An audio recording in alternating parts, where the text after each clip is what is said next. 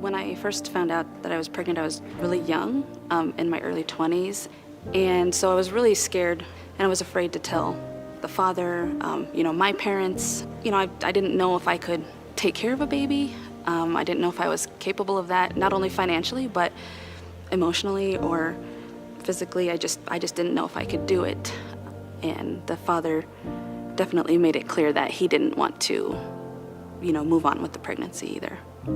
I feel like there was a lot of negative voices at the time. I kind of pushed my own parents away because I didn't want to tell them that I was even considering an abortion, because I just, in my heart, I knew that that wasn't the right decision, especially for me. But the father and his family definitely had a stronger voice, and it was a little more on the negative side, really trying to convince me that we weren't going to be able to do this, and this was kind of our only option.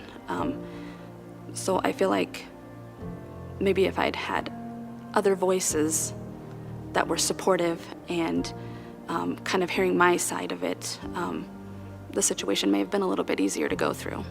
When I went into the clinic before the procedure, there was definitely no support from the team, the medical team that was there. There was nobody questioning, like, are you okay? How do you feel? I was just alone through the whole process, and I don't think any of them cared that I was maybe feeling conflicted at the time. I feel like maybe they should have had some sort of counselor or somebody that these women could talk to, and maybe you needed to go cry or just get something out. But it was basically you just walk in, you get the procedure, and you walk out, and nobody cared to follow up with you to make sure you were okay. So it was a very lonely thing to go through. Definitely the first 24 hours afterwards, I was very, very numb. At the time, I didn't realize that I was becoming very depressed. But looking back, I can definitely see the signs of it going into a deep depression. And then I think I buried a lot of those emotions for several years. I think I just wanted to avoid even thinking about it or admitting that it happened. I guess I was almost ashamed at that point and upset with myself. My life was very chaotic, I feel like, afterwards. I definitely got into drugs and drinking a lot. I think it was just numbing.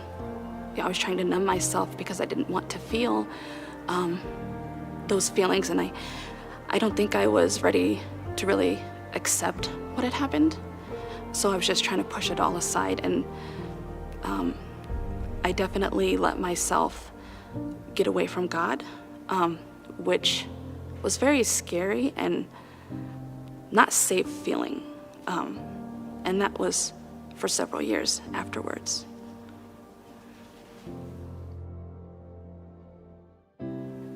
Thanks to alternatives and the post-abortion counseling, I feel really good about myself now. Before it was definitely, I felt like I needed to punish myself a lot for what happened, and didn't think that I could ever get back to God or my church family. And thanks to alternatives, even though I still feel emotional about the situation, it's a better emotional state. What I wish I would have known is that I didn't have to try to make this decision alone.